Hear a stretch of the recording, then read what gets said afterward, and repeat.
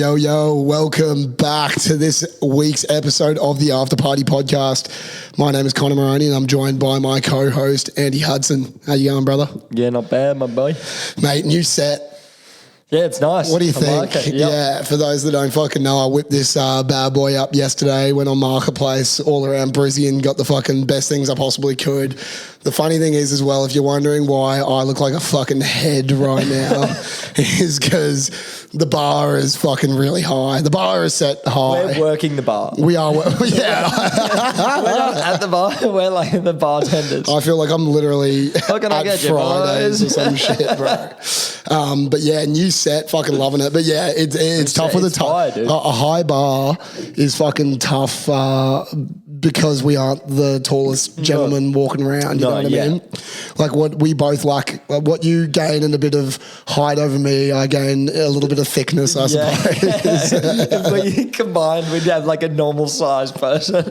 Oath. Ripped up some vodka soda and we were talking about this before. There's white and black, and the black, they really like vodka soda. And I feel, for one, I just bought this, and that's with every fucking sponsor that we have on the pod. Yep. I use all of them. Money. I bought them with my own money because I fucking love them. I sponsor the pod. But there's one thing I've noticed about vodka soda, and is that like they've got a good option for you, like a responsible option for the weekend, and then they've also got the like, hey, you want to get fucked up? Well, it's like the blackout option. Yeah, they literally made it black to black out, and with that thought, get this white shit away from me. I'm ready to black, dude. I'm standing up, so I might start swaying in the middle of the fucking, chuck them to the side. So that you were like, oh, dude, hold up. I need to stop and get some drinks. I literally can't leave the bar. Can you just pop that to your left as well, maybe? Like, well, we're not in a bar anymore, so I need to we had to buy my own piss. We had to do our own bar. Oh, God. Anyway, fucking, but mate, big episode tonight. A lot of shit's been happening, and I reckon we open it up with the old AFL, the Sharon Kickers, the guys that we actually have predicted are the new shitters cunts, like in Australian sport, and they've acted as such this weekend. The headlines, really. So I'll give a little lead up into it, but basically on the weekend, Brisbane were playing Melbourne, and it's like biggest game of the year, like two fucking hectic teams going in for finals very soon. And from memory, I'm just trying to remember because that's the thing, I've forgotten about the actual game now because of all this other shit that's been going on. They were getting bummed out, yeah. So there were a lot of choice words thrown around on the footy field, and a lot of it's weird, bro. Like, I was at work today talking to people about it, and like some people were like, "Fuck this cunt." Others were like, "I don't fuck it." Like about like Zorko and shit, saying like he's disgusting, shouldn't have a captaincy and everything. But for those that don't fucking know, basically in the game on the weekend, Dayne Zorko, skipper of the Lions, basically got into a little bit of push and shove throughout the game, more so verbally than physically, with some of the other players, and some ghastly shit has been said on the field, bro. And that's the thing. I want to preface right now that this is all speculation that you're going to be hearing at this point, because not only do we sort of not know, but the general public is also confused as fuck about every this. Story is very anything you hear here, do not take it as though it's written in stone. This is just more grapevine, hearsay bullshit. But what do I love more than anything? It's bullshit. Hearsay bullshit. And so from what I can understand is that Melbourne players, and the main one in fact was Harrison Petty, I believe his name is, and he was chirping Zorko for a bit of like dicey shit about his misso. I think he was saying like along the line, because I think Zorko came out with like a cheating scandal like a year or two ago, and it was in Melbourne. So these guys were just trying to get in his head straight away, coming in with that shit, which, look, I've been thinking about this a lot today. And then, so it was then rebutted by Zorko talking shit about Petty's mum. I believe he said something along the lines of, I hope your mum dies, which is fucked. The worst fucking chat, oh, bro, it's horrible, bro. Like, we're playing footy, cunt. And then... But it's like, when I call it everyone's calling it horrible as like despicable. Like, what's fucked is if you say some heinous stuff in the chat and it's at least funny, that's the redeeming quality. Like, obviously you're going to that level, but his is horrible in both sense of the word, as in it's shit chat. Yeah, rubbish chat. it's horrific as well. If you're gonna make it horrific, it's gotta at least be funny. It's gotta at least be at bare minimum, yeah, for sure. Either way, it's pretty fucking safe to say probably don't go there. And because the thing was that like it was rumored that unfortunately fucking Petty's mum was suffering from breast cancer at the time, which I need to preface again. This was the weird thing. So when I heard that this morning, I was like, fuck this guy. That's actually a fuck thing to say. It's no need for it in the sport. Like, you just don't need to be doing that shit. And then the follow-up weird thing today was at like midday today, there was an interview with fucking Petty's mum, and she's like, what are you guys on about? I'm fine. I'm fine. I do not have cancer. I don't have any sickness. So that was the initial blow-up. So then it's like, basically Petty at 3/4 time was in tears and didn't go on for the fourth. That has to be something, So something's been said that's like completely fucked. But what I just am trying to grasp in my own head is that obviously like I've never played at the fucking AFL packed Melbourne stadium stand or whatever, but I played a lot of footy with a lot of rough cunts and a lot of chat has been thrown. And it's wild because like there is a semi-unspoken rule, I guess, of like Anchorman, let's leave the mothers out of this. Yeah. You know what I mean? It's like, Jesus Christ. Mothers and children. Usually chat on the field revolves around them. Yeah. One, either as a bloke, or two, their footy abilities. So you basically shit on them and go, like, you're nothing, cunt, I'm going to smash you, this or that. I saw your game last week, your team sucks, look at the scoreboard, rada. You can get a bit more flagrant for sure, but usually you're attacking them, not family members, because at the end of the day, they can't fucking defend themselves. Yeah, exactly. And again, it goes back to just at least be funny. My whole, like, to be honest, for Brisbane, it was a fucking horrific night of sport. Oh. So, and like, it was funny because we went to the Broncos game. They copped a 60-piece, ironically, from Melbourne. The Lions get blown out by Melbourne. And literally the Lions got outscored by the Melbourne Storm. So that's the joke everyone was saying. And like, we went out after the game and everyone was it was a somber atmosphere. But what I will say, ebbs and flows. Sometimes you need to cop the bad with the good, because we have had, we've been spoiled for choice on Brisbane that's sports. That's worse for us because we expect it now. We're like, dude, we're like fucking spoiled little brats where we expect, and when shit is going bad, it's bad. It is bad. The city feels it. You like people growing up in Brisbane. There's like a clear divide between AFL guys and like NRL or like rugby fans, whatever. AKA pussies and good cunts. Yeah, and good blokes. But it was just funny, like people wearing like AFL scars. We were like, wearing like Broncos jersey, and it's like, dude, your fucking team sucks. The Lions suck, and they're like, dude, you guys fucking suck. Like, what are you doing? You just lost my. Yeah, it was like, more internal. Like, it was like within the state. Yeah. Like, no one gives a fuck about the Lions. What the Broncos? Like, what? I'm going to support a team that just lost by 1,000. It's like, Anyway, point is, the most embarrassing thing that happened in Brisbane that night was fucking Zorko. Bro. Yeah. Bro. Because he's that kid at school where he's like, Petty's like the bully, like flicking him on the ear, all class, like just fucking with him. And then Zorko turns around and goes, hey, fucking stop, man. And the teacher's like, Zorko, get out. You're fucking done. And then he's like, like, it sounds like Petty was saying all the funny, like, rimming shit, like, whispering it, and then Zorko just wigs out, and he's like, I hope your mom dies, and then they're like, whoa, bro, that was fucking, what was that? And then Petty starts, he had a hissy crying. Fit. Petty's, like, fake crying, like, then going to the teacher. Brings it up into, like, more of a thing than it needs to. To me, Petty literally owns real estate in Zorko's head. Oh, he definitely does, but also, what I will say, as a little smidge, and this will be the only thing that I give a smidge of defense. I'm on the defense of Zorko for 15 seconds, because personally I just think where there's smoke, there's fire, and there's too much shit I've heard about this guy on and off the record about like dicey things, but Zorks, man. Like, and so I'll give one defense to him though, is that fucking, if you get sledged, bro, Petty, if you sledge, you're going to get sledged back. You know what I mean? Like, if you don't want the smoke with Zorks, don't fucking poke the bear because he's got no chat. He's going to come back and body you with just like real things. But but it's not even body. Imagine if a dude on the rugby field. He was crying, bro. He got bodied. I think it's a fake cry.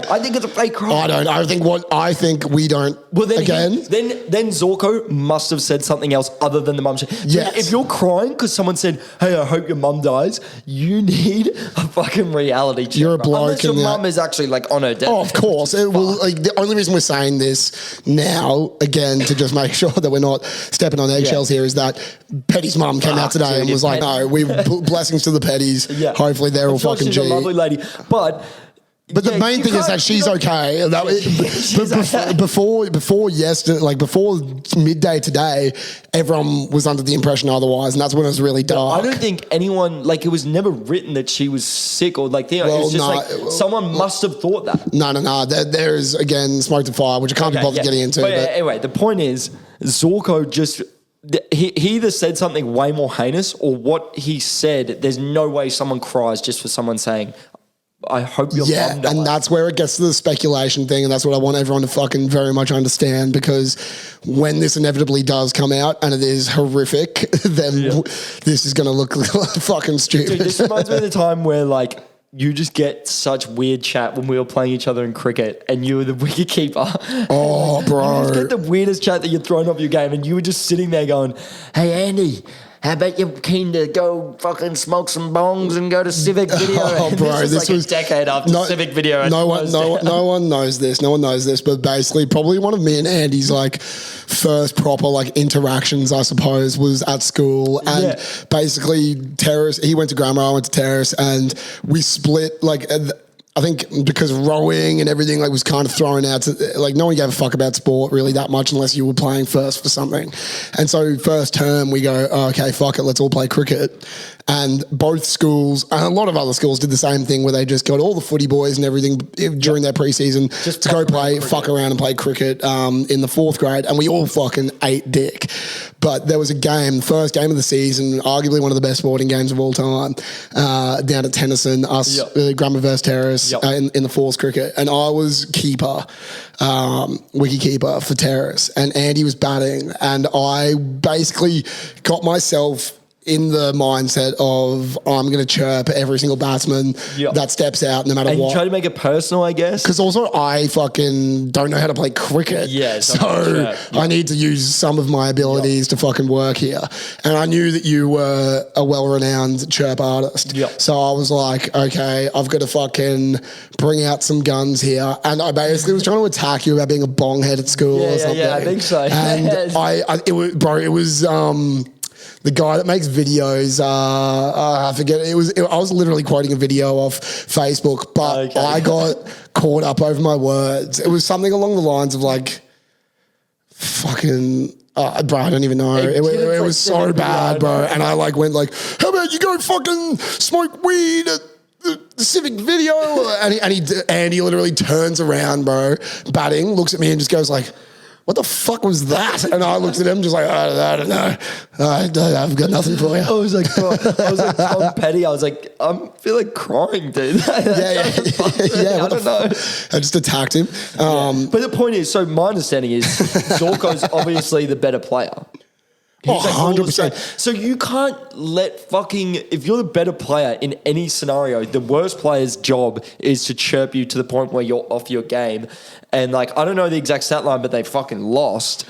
So so clearly Zork's out of the... Petty's getting in his head, and then come Monday morning, you're the one apologizing to Petty. Like, it's the worst case scenario. Oh, it's the worst L. It could not have gone fucking worse for And Zorko. to be fair, one thing I will say as well, just from a serious sport take, is Zorko should know better. He's 33 or some shit. He's the captain of the team. Let's be real. Like, you know that something's going to come of this. Like, I get that on-field chat's on-field chat, but in this day and age, you know when you go TF, someone's going to fucking say something. Yeah, but so I think it was a You're meant to be the skipper. I think it was a Civic Video move where he just got fumbled over his words and he started saying something and didn't know how it was going to end, but he knew it had to be vicious and he just started saying words and he was like, I hope your mum fucking dies. And he's like, what the fuck was that? So and Petty's like, oh my God, I got him. Everyone heard that. He's going to eat a shit sandwich. Like, he could not have got more dominated than Petty. yeah, and I guess anyway, well, from this, moving on, I'm keen to see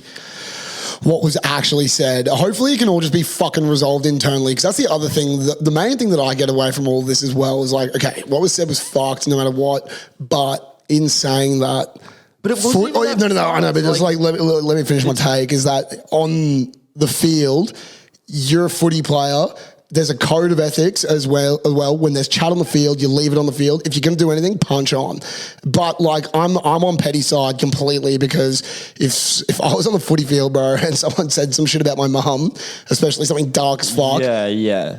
I'm not taking it to the press conference, but it's hands on. Yeah. But mind you, if that also they said, I hope your mum dies, I would fucking crack up and be like, I'm so far in this guy's head that he's just speaking gibberish. So that's why I think Zorko didn't even know what he was saying. And like, look, if Petty wasn't fucking crying and had to leave the field and all that sort of shit, then like that would be the take.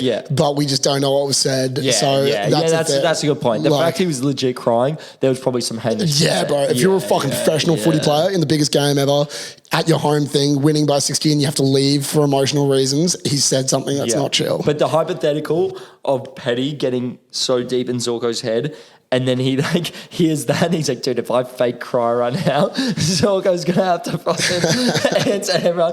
And like Zorko said, but he said, and then Petty like looks at him and just like winks, and he's like, he just won. He's like, hey, gotcha. Wait, hey, it's like, no, fuck you. Zorko's just getting fucking. Fuck you. Everyone turns around, he's like, fuck you. Zorko's just like, fuck this cunt. Joking that he was like calling him all game, like Dayne Zorko, like just some really like fucking just like cheese. petty. Like, hey, Dayne Zorko, and he's like, I'm not Zorko. No, don't call me that. But much love to the Brisbane Lions. I hope they can recover from that. I hope the fucking Broncos can recover. And at the end of the day, just to put I've said it 20 times, but the nail in the coffin is fucking everyone's innocent until proven guilty. Yeah. So like, best case scenario, this is all blown out of proportion. Words, like they seem like they're chill about it. It just sounds like fucking Zorks needs to give old Petty a call and just be like, brother, I wigged out. Zorks needs to give someone a call that fucking knows how to throw chat. Yeah, he needs to like fucking, he needs to go speak to fucking the cheese. Yeah, and then like learn some chat for next game, so that he's not coming out with the horrible real thing. Because that's the thing with chat, you can't make it too real, or else it's like, or else you're just like, oh, dude, what the fuck? Like, that was dark as fuck. I'm trying to play footy. What? That's the other thing as well, is like, I was thinking about this actually, and I was trying to think of like some of the best chirps that have happened like within sport, and the ones that I always think of. It's funny how like one sport it's fucked, another sport it's chill. You know what I mean? Like, for instance, this has taken the news fucking rooms by storm. Everyone's like, holy fuck. Because I think, to be fair, like, AFL for the most part is a pretty clean sport. But the one that I always think about is when Mike Tyson was in the fucking post-match interview, and he's like, I'm going to eat his fucking babies. I'm going to eat his family. I'm going to fucking kill his family and eat his babies. And it's like, what? I'm going to fuck him in the ass. Yeah, he's like, shut the fuck up, bitch. I'll fuck you in the ass. Like, that was because someone like chirped out to him. But in the post-match interview, he's talking about, he's like, so what do you think about your next opponent? He's like, I'm going to fucking kill him. I'm going to kill his whole family and eat his babies. And you're like, oh my God, bro. That's a sport where it's actually like violence. Yeah, your life's on the line, and that's that. Yeah. But yeah, it is weird. I reckon next episode I'm going to come to the table with a full page of best chirps in sport recorded. And the UFC has pretty much owns all of them. Bro, I always remember the McGregor one where he's like with Khabib and he's like, you want to talk shit now? You fucking talk shit now. And then McGregor's like, it's just business. It's just me. He's like up against the cage. And that's where I was like, McGregor's dead to me. But one of the funniest pre-Khabib fight chats ever was Khabib got married and he's Islamic and was like, had all the thing on. And then McGregor just tweets, your wife's a towel. Yeah, McGregor's got some classic but ones. also we know just as well as anyone, McGreg's is wigging dick these days. So that chat's getting a bit fucking how you going. Papa 12. Papa 12. Papa 12. Come up, give me some bag. Mate, so do you have anything lined up? Well, nothing really. Just obviously the piss head with the footy problem. You said you got one. Yeah, I do. So We need yeah, to do some maintenance on that. I believe. piss head with a footy problem. Our guy today, I need to quickly I need to search this up whilst I'm talking about it because it's so fucking funny. So basically, Ackermanis, Jakeson Ackermanis, a guy that we haven't fucking really thought about for a while. Another line. Another line. We've got a lot of AFL going on today. Lions are dominating the headlines. But one thing that I always found, because like I wanted to get him on the pod a while back, I was like, fuck, like Ackermanis was the GOAT back in the day.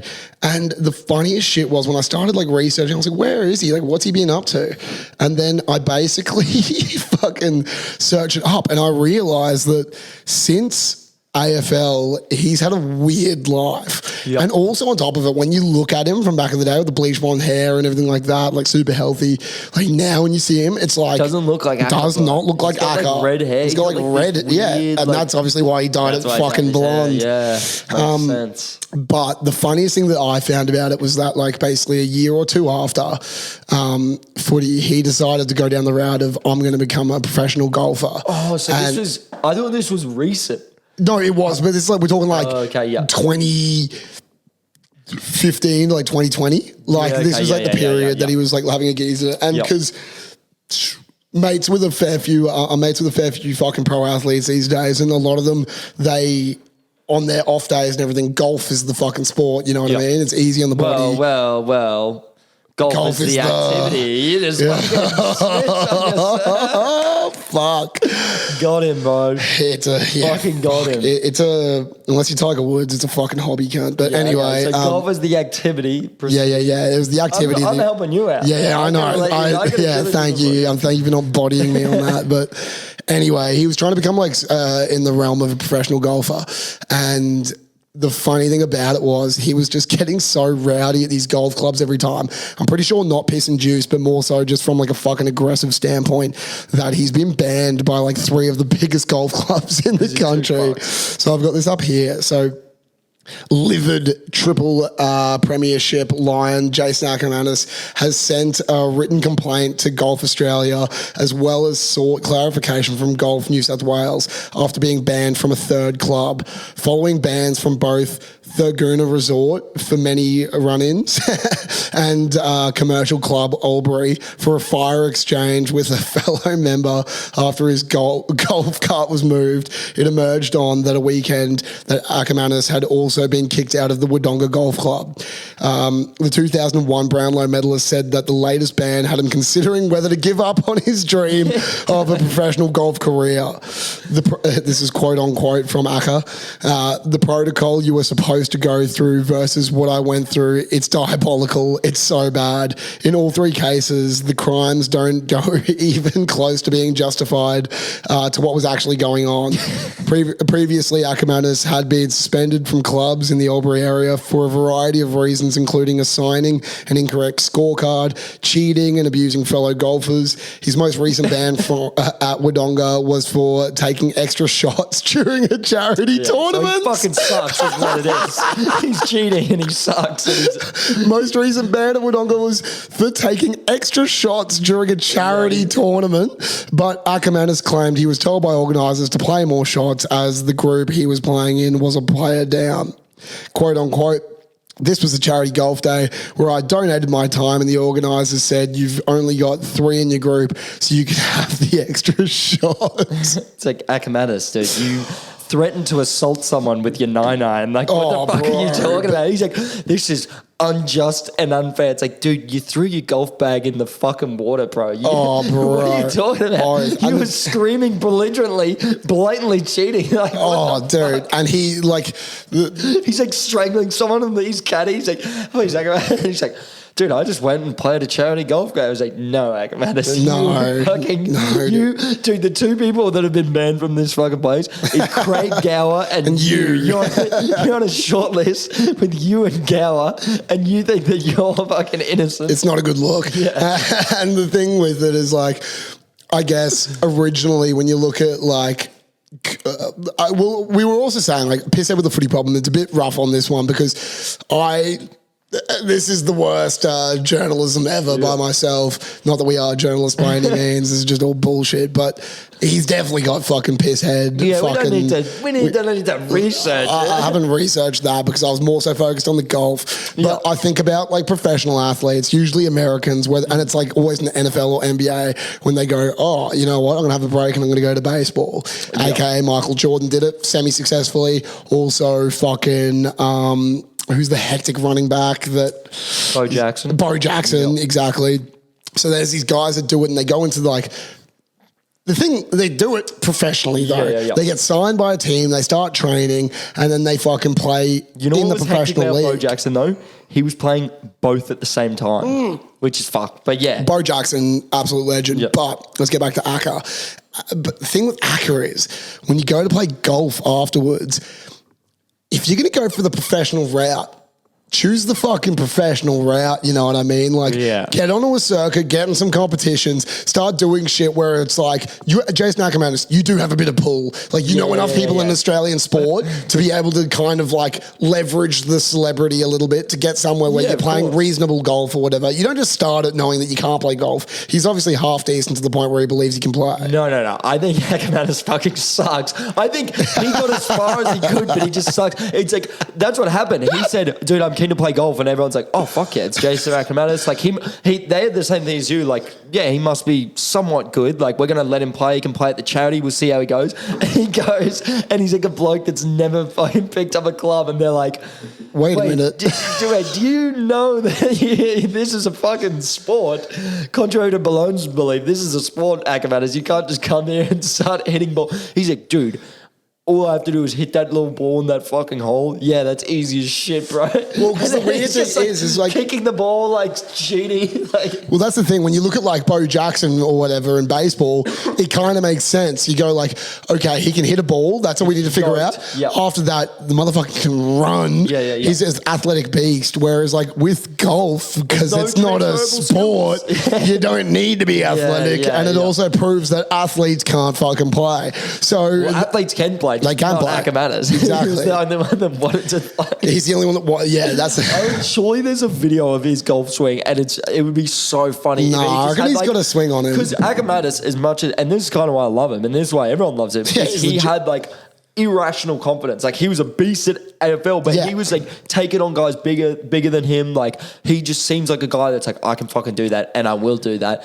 Unfortunately, golf is just so technical that Ackermanis didn't really think it through before he fucking was like, I'm going to become a pro. And then all his friends are like, dude, have you like played golf before? Yeah. Oh, bro. Well, the main thing is, the funny thing about it to me is like, he has been a superstar, right? He's been through the AFL. He fucking was the aggressive, angry, as you said, fucking overconfident, everything. He was exactly what the AFL fucking needed in regards to like a superstar. But it's funny how when you go to a different league or you go to a different establishment, they don't share the exact same thought process as where you previously were, because you can't in golf run around and be a fucking footy cunt and get in cunts' faces and be like, what do you mean, ref? You piece of shit. Like, you fucking up, and it all seems over like little things like scorecards and all this shit. That's egregious. And then he's just going like off his bonds. Also, the funny thing is, he's going like, I've donated my time to a charity where I'm giving my time and all that. They told me I had an extra shot and whatever. It's like, no. The thing about charity is you're meant to just rock up and fucking shake hands, kiss babies, and be there. And you taking it, they didn't go, oh, we're inviting Jason Ackermanis, the professional golfer. Fuck no. They were like, we're inviting the AFL player. Yeah, he rocked up thinking they wanted him because he's like, oh, they heard about my golf skills. I'm a fucking pro, baby. And like, no, we just want you to sign if you want. You don't have to play golf. You are trash at golf. Can you come in your Lions jersey, please? can you re-dye your hair, come in your Lions jersey, and he rocks up in like all this like Strixon gear, like Nike fucking Tiger polos, and they're like, oh fuck, this is gonna be a problem. Yeah. He's like blatantly cheating. He's like kicking the ball like out of the bunker. They're like, okay, dude, I'm like, I can see you. Yeah. Dude, how funny would it be if he's Taking like, the extra shot though is so funny. It's like, so can I take another shot? Like, I guess if you want. Like, it's like, really, this is it's for, like, a charity, bro. kid's charity, bro. Just play a game after with the boys. Like, what?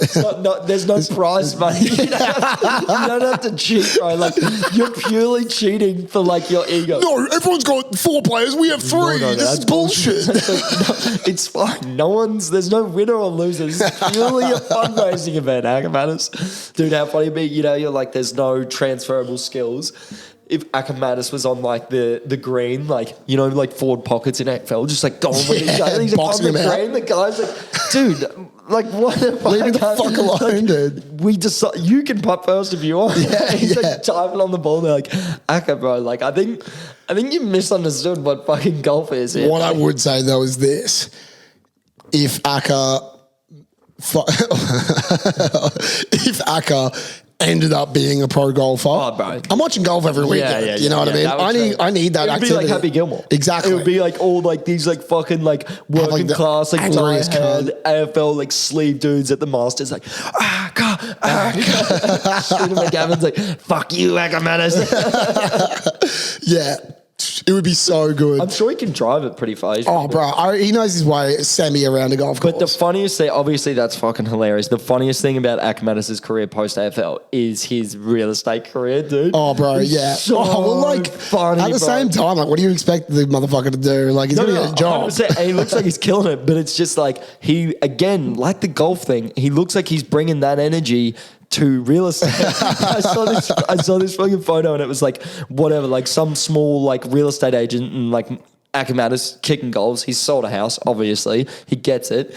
And he's like, they take a photo with the family in front of like the sold house. Yeah. He's like doing like a star. He's like in the air, like doing the Toyota jump. Yeah, basically. And they're like, their family's just kind of sitting around like, can we go inside to our new house? Akamatis is like, no, we're getting a photo first. Like, wow. Pretty sure one of them, he was doing like a backflip or something. He looks like real intense. Like, yeah, he's like in their faces going. The funny thing with me, and it was, imagine him fighting over commissions in real estate. Yeah. Like, no, I fucking did that. It's my 20%. You he's can't. like cheating on the. He's like adding an extra 10 grand. He's cooking the books. Committing fraud. Cooking the books hard.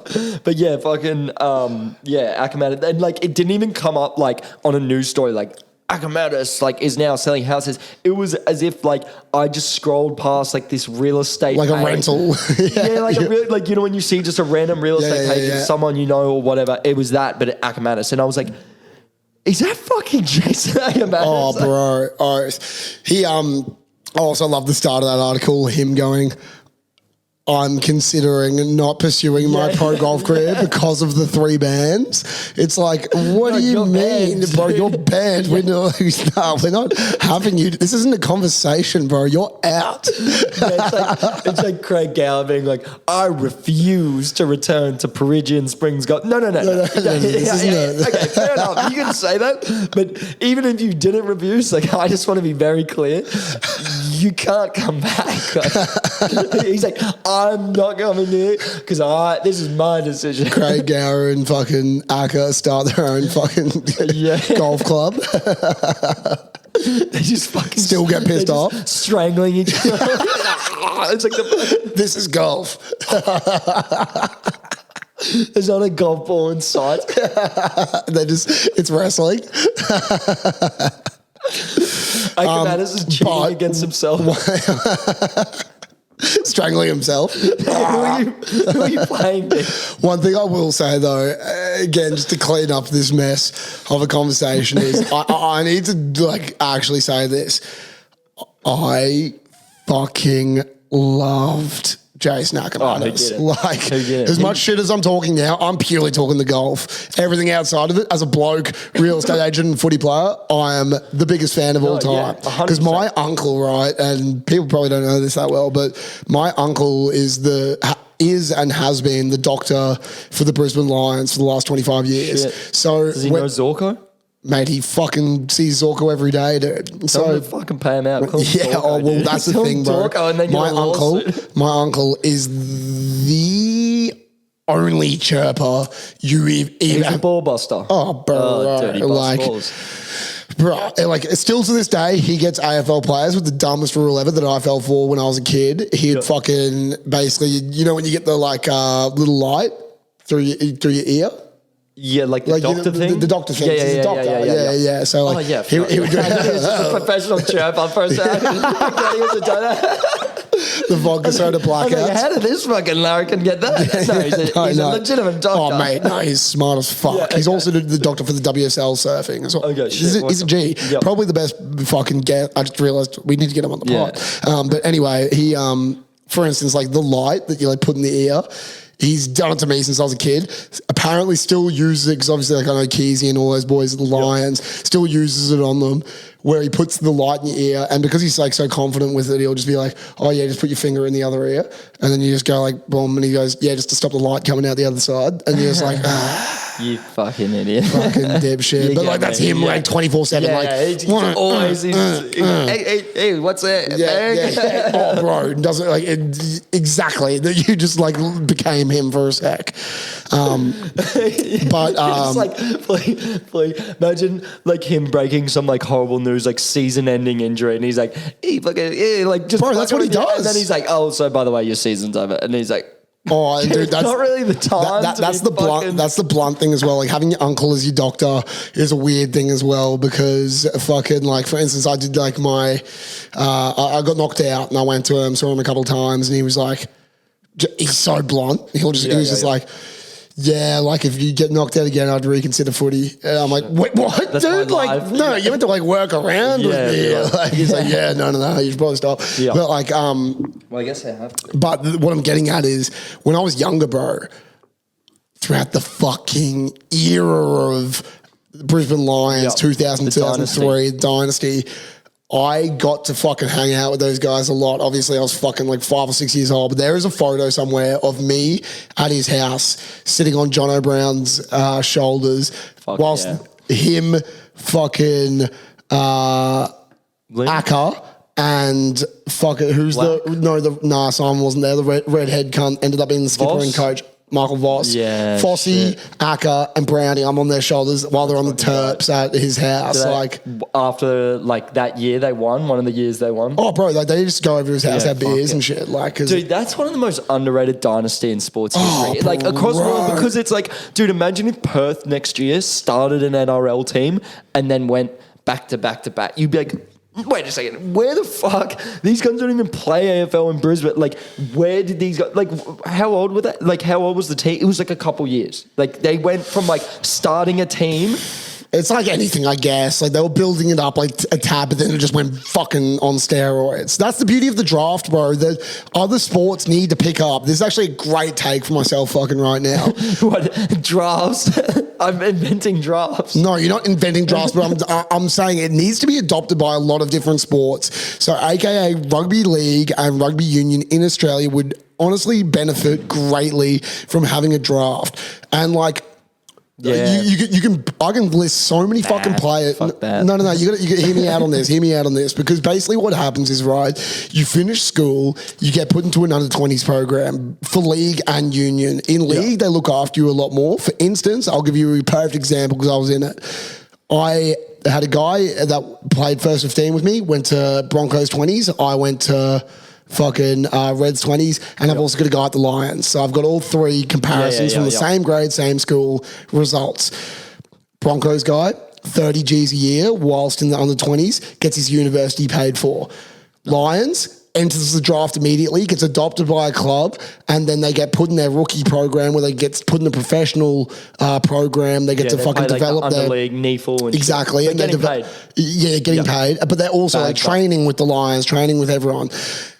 Union, we got gear. Yeah. Right? And now I'm doing a podcast. Actually, I'm going to yeah, exactly. And now I'm doing a fucking podcast. In my basement. But what I would say is this, and I know this sounds like a bit of like draft does sound pretty sweet. It does. It like that. I never in my life want to be the guy that was like, I did my knee, so I couldn't have played it or whatever. Like at the end of the day, I like the party more than I like the sport. Yeah. But what I will attribute that to is because we weren't looked after. So like we finish school, we go into the fucking under 20s program. You're working full time, studying, fucking trying to get your adult life like sorted after school whilst playing not only for your club but also Reds 20. So it's a huge commitment with no like payout for it, no incentive to stay in it. It's just a hope potentially. But I'm sure that's not by choice. Like it is somewhat by choice, but it's more just the structure of like how much money is available. I know, but this is where the draft comes into play. Like if those 20s players, like the best 15 out of each, get drafted and sent into EPS contracts, also known as extended player contracts, around to different teams, you would watch the sport increase tremendously because you would see these players staying with the sport at a professional level because they're being looked after and not just being chewed up and spat out and having to hold on to the dream for 25, 26. And so that's where it does, like, there is a lot of value to it. Plus drafts are sick to watch. Drafts are sick to watch, and it hypes everything up as well because the new rugby league player out of Marsden or whatever this year, he goes number 2 in the draft and he gets pulled onto fucking the Broncos. Now the Broncos are soaked and everyone knows this new player coming through. But yeah, I would agree with that if I was a Tigers fan, but the Broncos get too much talent just given to them, so I'm not going to agree with that, but I can see how it's good. But that would... Selfishly, I'm going to decline the draft for the NRL because that would fuck my shit up. Why would it fuck your shit up? Well, because the Broncos are just like have such a big talent pool that if then we have to like divide it evenly across the rest of everyone else, I don't want that shit. Yeah, you know but like because then you have to draft the right. What you have to remember though is that we're talking like rookie contracts here. It's not a big like cap out of the salary or anything like that. We're talking about 18-year-olds. On the flip side though is the argument for it and why union is like that means like there's kids that are like, I don't know about union, but there's kids that are like 14, 15. They're getting paid right now from the Broncos. That wouldn't be possible if there was a draft. Because then you're don't get me started on the 14, mate. Every single cunt at Nudgy in my grade was signed by the Cowboys. All it was a stamp saying you're ours. We'll give you a pair of shorts and a shirt, and then when it gets to fucking crunch time, if you become anything, we've got you. Yeah, well, whatever. Maybe at bare minimum, let me just argue for union. Yeah, union. There's nothing. Probably not enough money to do it. Like where they can just exactly that. But this is the thing: is like you build it up, you create hype, and then you've got these high school players coming into it where you're excited and you want to do it, and then we don't lose the Pongers, we don't lose these guys who were originally playing union that fuck off immediately to it. Ponga was a league player from start. Yeah, well, fucking tell me that when I was playing against him, fucking 15 on 15. I could also say the same for Angus Crichton. Yep. Pre-fucking finger chop. But anyway, I went on a little bit of a rant there, but I'm going to go on that rant a lot more because I think there is a lot of benefit to it. Yeah, I just don't know the like logistics of it. In theory, a draft would be sick. I've always wondered why the league, why NRL doesn't. But again, look at if it's good enough for the NBA and the NFL, it's good enough for us. You know what I mean? Like, but they have far squillions of dollars. Yeah. But again, also the originality of it creates hype because now AFL players, you're ranking 18-year-olds and shit. And it just adds more hype from every angle. It's just hype. That's all it is. Yeah, and it also looks after those guys. Give them fucking $5,000 for all I give a fuck. I'm going to out this right now. Fucking no one knows this. When I was in Reds 20s, Brad Thorne used to make us bring gold coin donations for a sausage sizzle on a Saturday. Yeah, he's like, no freebies. It was like they were like, we go out and we buy our sausages from the fucking thing. What would that cost? Yeah, $50. Yeah. You're Brad Thorne and you're making us bring in gold coins. That was more of a lesson, I think. He was probably trying to teach you a lesson. Nah, dude. he's like, you gotta earn nothing given to you boys. It's like, no, you just don't want to fucking buy us lunch. Mate, we were training 4 times a week, getting belted, getting no money, nothing. And you get given a shirt and a pair of shorts, and then we have to bring gold coins in for sausages. Yeah. We don't even want the sausages, cunt. You're making it. It's for charity. It's a fucking joke, mate. Fuck that cunt. He's terrified of lightning. But anyway, one thing that I was actually going to touch on about my uncle as well, which I think, touch on my uncle, is a wild thing about him in the 2000s, right? So he was like ahead of everything from a medical standpoint. And so, for instance, he was the reason why he was giving IV drips to players at halftime because he was saying basically from a medical standpoint, it's not performance enhancing. All you're doing is hydrating the players, and they're going to go out there, they're going to be playing, and if anything, it's safer because they aren't going to be sweating and getting rid of all their easy to get knocked out, all that sort of shit. Muscle cramps, calf tears, everything is a lot of the fact hydration. They ended up banning that. So like he was like the kind of mad scientist of the AFL for a good while because he was always trying like new shit within the books. But anyway, there was a game against Essendon, right? This is famous. Any AFL player or a supporter rather knows this point. He basically, so it was fucking in the dynasty, I think it was 2004, like just a year after, Brisbane versus fucking Essendon. One of the Brisbane Lions players goes down. And so my uncle runs out, obviously, with the other doctors and medic staff, and he's trying to push through, and there's all this kerfuffle going around in front of the player. So he's pushing through, and I need to preface, my uncle is a heavy set man. He's a big, fat dude. He's fat. And fat doctor, you don't see that often. Yeah, no, he loves a beer. So anyway, he's trying to push through the fucking players, right? And he's trying to get through to his guy. That's his main operation. It's his job.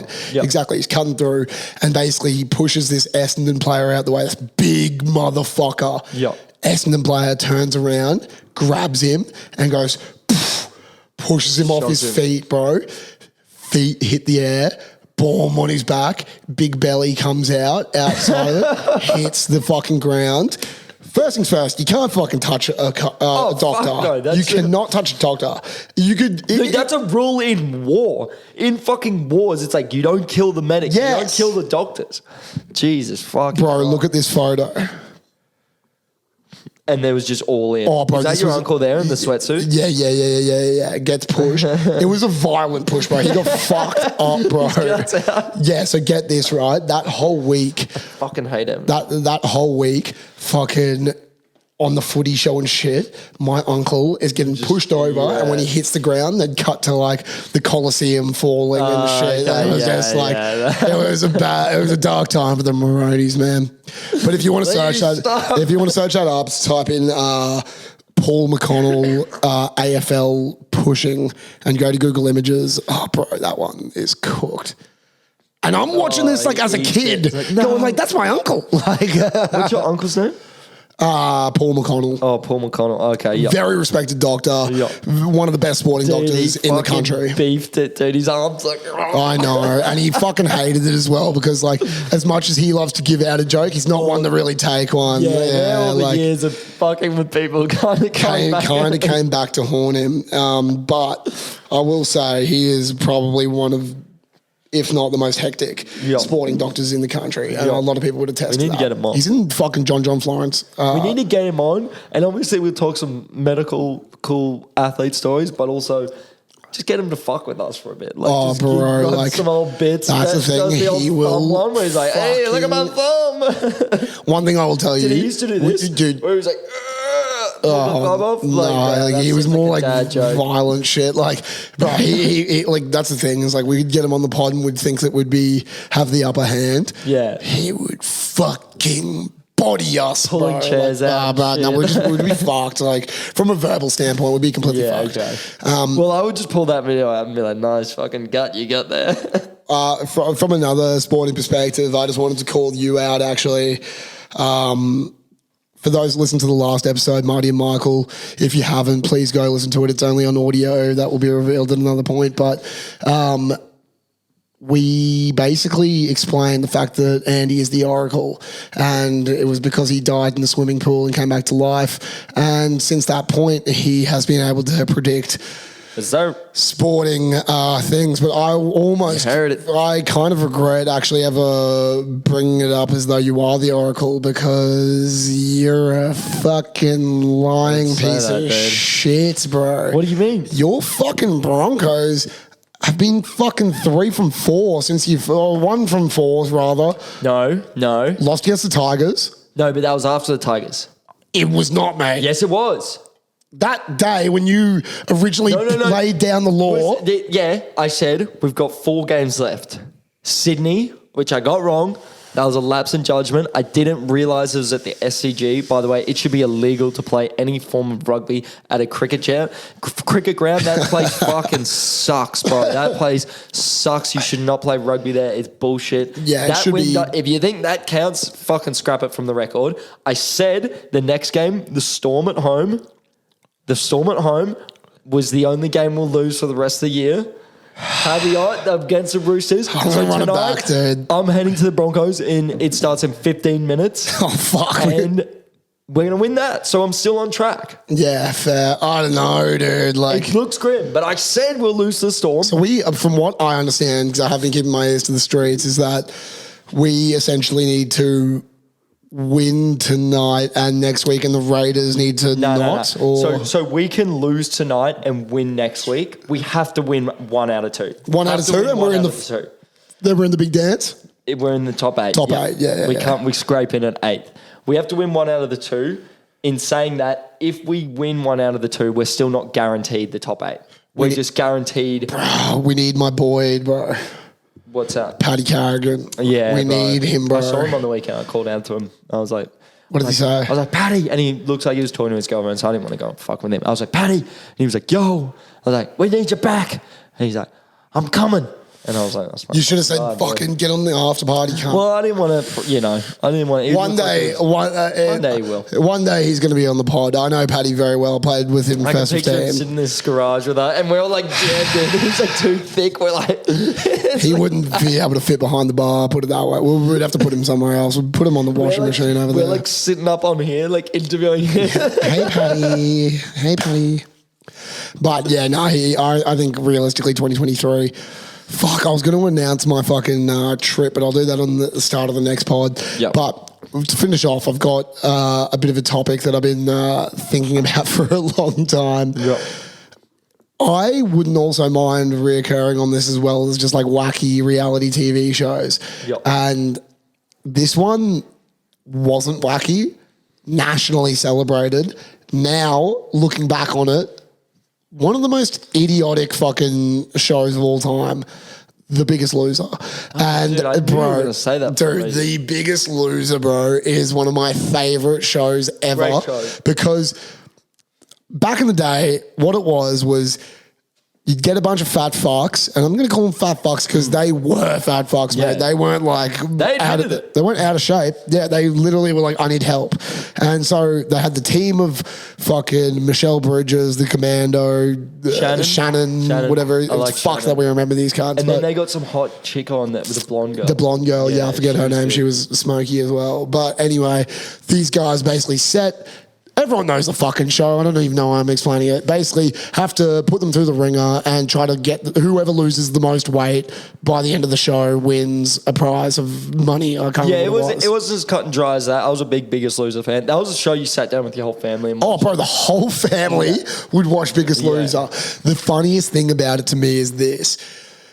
The whole point of the show, what the point of the show should be, is that everybody betters their life and becomes more healthy and loses like a good amount of weight. Yep. But that show, like most other reality TV shows, was designed to completely shit on the fat fucks. Yeah. Because what would happen is, and what I'd always find so funny, it would be like week 1. That was where the most fuck shit would happen. Because basically what would happen is the one guy would like, everyone would be like, boop, boop. The way was so good. And then they can get naked. Sitting there naked on Nash. Bro, the balls on those guys, by the way. Oh, bro. But they're going boop, boop, boop, boop, boop, boop, boop, boop. Fat as fuck. Fat as shit. You didn't do anything this week. You're Gonskis now. No, they're on teams. Remember that? Yeah, I know. But the thing is, they get sent home. And then what's the point of the show? You basically just made them look like shit. Everything like that, and then you just go, later, Bo, good luck. Suck. Good luck. Yeah. The rest of them get to keep losing weight. Yeah. Like, they should stay on the whole show. It should be Survivor. It should be. Box, yeah. But the other favourite thing about this is it's such a fucking ugly show when you think back on it, is when the thing would go, bang, you've lost 300 grams or whatever the fuck. You weigh 270 kilos. You've lost 400 grams, they would be like, okay, sorry, Bob, you were wigging out this week. And then they go, boom, cut to CCTV footage of him in the kitchen hooking into like Ben and Jerry's and shit. They leave the fridge stocked full of gross shit just because they know they're going to go to it. Yeah, it's TV. They know they're going to go back down to the kitchen and then they get in the CCTV and they're just hooking into a pack of Tim Tams or whatever, bro. In the dark, just standing there. Holy fuck, I didn't see that. Keep eating, man. Cool. All right, keep eating. It's sweet. Like, here's a bigger spoon. You deserve it. Like, do you remember the thing called...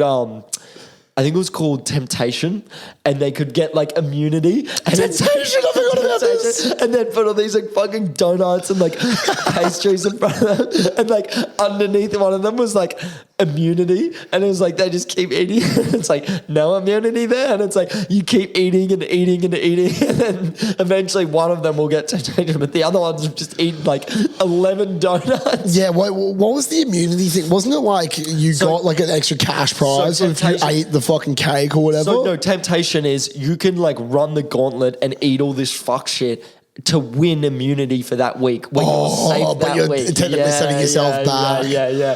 And it's like you want to fucking, if you're already knowing you're having a shit week, you got to eat your way out of it. Like the only way out of this is to get fatter, dude. The point of this whole topic is that like the aim of the game of the show is to create healthy lives and everyone fucking loses weight and starts bettering themselves. It becomes a game of how can we fucking mentally extort these fucks. Well, really, what the aim of the game was is to increase viewership and people. Completely, and I was lapping it up like the fucking fat cunt eating Tim Tams. I absolutely loved it. And they would like ask them questions at the start of the show before they went on. It was like, what's your food that you just can't resist? And then it's like temptation, and it's like, remember when you said you fucking love Zinger Stackers? What's a Zinger Stacker, mate? And they're like, come on, man, what the fuck? I told you that in confidence. I reckon like, what was I going to say? Fucking,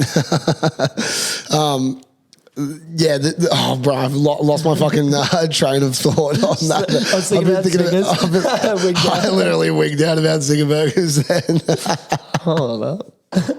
But that's what I was going to get at is like, to anybody now that like shits on fat shaming at all, I want you to rewind your brain because I know every motherfucker here was sitting on the couch, their family going like, oh, he's eating the fucking tub of ice cream. I used to make so many jokes. I would just crack my family up fucking like doing like just random jokes at the fat people's expense, and it was fun. Well, with it now as well was like, look, like I completely understand that you can lose like your weight and all that sort of stuff. I'm the fattest I've ever fucking been, but it's about being like self-aware and knowing when you're getting out of shape. Because at the end of the day, like, look, looking one way is one thing. If you are too fat or whatever, like that is whatever. But the main thing about it is like you want to be fucking healthy. But it's wild that like a show like that would not exist in today's time because it would just be like completely shut on. When in theory the goal is to just kind of make people live a healthier lifestyle. I'm sure the biggest loser, just the show, people watching would have ended up losing weight because they would have fucking like been motivated by it. Yeah, they're like, I don't want to end up on this show. Yeah, it's wild. So speaking of zingers, I was going to ask you this. I got a fucking zinger wrap on the way here. Ooh. Zinger wraps are fucking good, by the way.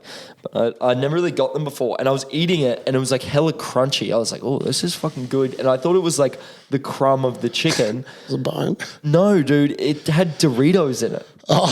Is that a thing? It could be a thing. You know how fucking fast food gets these days. They're like, we fucking put cheesy puffs in the crust. And you're like, I didn't ask for that, but I'll have it. I was like, like that would be an ad campaign that they'd be like, there's fucking CC's in the wrap. And then I was eating it and I was like, did some blazed 14-year-old just like think he was making a fucking zinger wrap for himself and be like, what do you think? That's something I would do after I've got like dangerously blazed and like made a sandwich with like chips in it. And I was like, I pulled out a Dorito. I was like, What the fuck? Well, obviously ate it. It was fire. Well, okay. And that's what I was going to ask you. Was it fucking good? It's fucking fire. It was awesome so because crunchy and like, that would be the best thing ever is like being in the boardroom where they're going like, what do we got, people? What do we got? We need something new. We need something fucking just great. all the guys that got eliminated from the Biggest Loser, like Doritos in KFC wraps. Nice, man. Yeah, how about we make a pizza but put Maltesers on them? It's like, no. That's a bit fucked. He's like, you've done it again. He's like, take notes, everybody. Doritos on the fucking singer's You wrap. want to make it in this fucking company? Take notes. It's just this guy from the 07 Biggest Loser, like, drowning in his own chin. Like, come on, guys, you got to work Well, harder. it makes sense. Like, why not get the guys that like know what they're talking about? You know what I mean? Yeah. Like, they've eaten more KFC than anyone, so like they know exactly how to fucking make the best meal. Yeah, it works. Like that's like my favorite. Well, I won't name the joint, but like one of my favorite fucking cafes ever in Brizzy. No, because what I'm about to say, like, you're gonna shit out. No, because it could be seen as dickheadish, but I actually say it with love. Is that like I walk in. And they're all like the chefs, the staff, everyone are heavy fucking set. Yeah. And bro, some people look at that as negative. I look at that as the biggest. It's like when you go get fucking Mexican food. I want the person giving me the food barely being able to speak English because you know it's authentic. Yep. Same thing with fat chefs. Yeah. Bro, they know what they. Is it they a know Covery? Covery's always no. I can't say the name. It's fucking awesome, but where is it? Yeah, I'm not telling. I want to fucking go. Yeah, I'll tell you fucking off air. But what I will say, that to yourself. Yeah, because it's fucking gone, dude. But you go in there next week, and the guy's like, "I watched your podcast, man.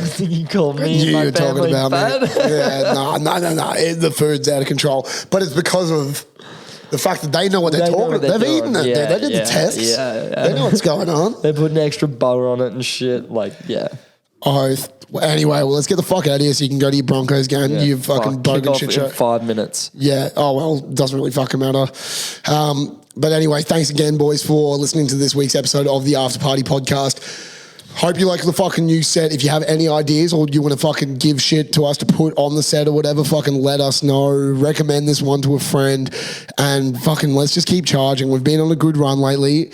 The 2-week spell, it is what it is, but like it will come to light at some point, so don't stress. But mate, fucking pods on fucking pods. Thank you for having me, by the way, as well. Mate, yeah, we're in my my mother's garage right now. We're all good podcasts fucking our best. But anyway, peace out, boys. Fucking get ready for more content coming soon. There's going to be a shitload over the next fucking month.